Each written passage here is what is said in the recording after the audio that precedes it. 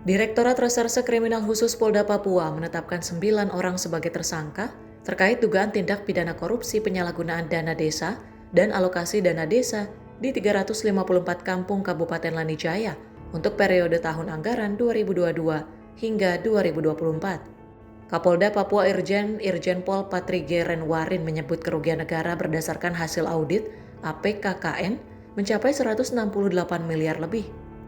9 tersangka berasal dari berbagai latar belakang termasuk pejabat di lingkungan Pemkat Lanijaya dan pihak Bank Papua. Di antara para tersangka yang telah ditetapkan sebagai tersangka, terdapat PLT, Kepala DPMK, Koordinator Tenaga Ahli Pemberdayaan Masyarakat, serta mantan Sekretaris Daerah yang juga menjabat PJ Bupati.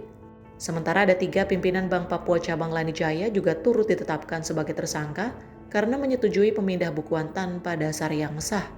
Melalui tahapan berikutnya, setelah dilakukan audit oleh BPKP,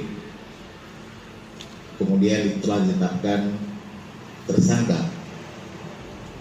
atas dugaan tindak pidana korupsi dana yang bersumber dari APBD dan APBN tahun 2022 hingga 2024 di Kabupaten Lanijaya, yang mana jumlah keseluruhan tersangka yang telah dilakukan penyidikan sebanyak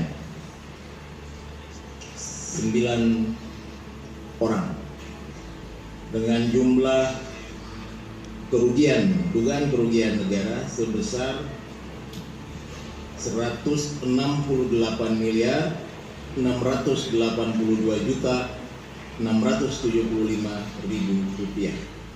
Modus yang dilakukan yaitu dana desa tersebut dipindah bukukan ke rekening OPS P3MD berdasarkan surat permintaan dari Dinas Pemberdayaan Masyarakat dan Kampung kepada Bank Papua Cabang Tiong tanpa pengetahuan kepala dan bendahara kampung.